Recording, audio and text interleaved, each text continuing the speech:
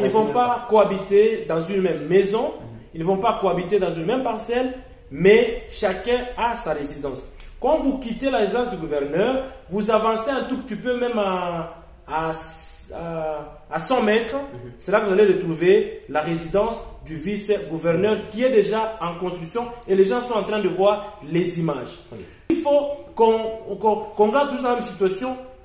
On risquera d'avoir les vice-gouverneurs qui logent dans un hôtel d'un privé, ce qui n'est pas respectueux pour une province stratégique comme le Lualaba. C'est ainsi le gouvernement Souga a dit qu'on construit une maison, une résidence pour le vice-gouverneur, et Serence Moufoundji va occuper cette résidence comme vice-gouverneur de la province du Lualaba, et après lui, ceux-là qui seront vice-gouverneurs de la province du Lualaba occuperont aussi cette résidence. C'est une bonne chose parce que vous venez se prévoir. On ne peut pas imaginer qu'un domaine, disons, un vice-gouverneur qui n'a pas une maison, qui n'a pas où dormir et qui est logé dans un hôtel où on cherche de manière un peu rapide à acheter une maison juste pour le vice-gouverneur et le loger là-bas, ce qui n'est pas une bonne chose. Donc, la meilleure façon de faire les choses, c'est d'organiser les choses.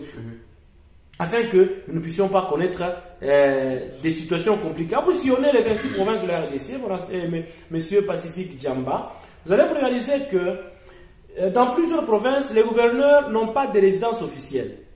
Le chef de l'État a déjà une résidence officielle ici chez nous. Le chef de l'État a un bureau officiel, les pavillons sur Kazem. Le gouverneur a un bureau déjà ici. Le vice-gouverneur a un bureau ici, dans la province. Mais comment ne pas penser aussi à la construction des résidences du gouverneur et des vice-gouverneurs? C'est ainsi que le gouverneur Souga Saïn a décidé de doter au gouverneur et le vice-gouverneur des résidences officielles qui leur permettront de travailler dans les très bonnes conditions. Mais après, on verra aussi pour le président de l'Assemblée provinciale et le vice-président de l'Assemblée provinciale. Donc à la lutte où nous allons,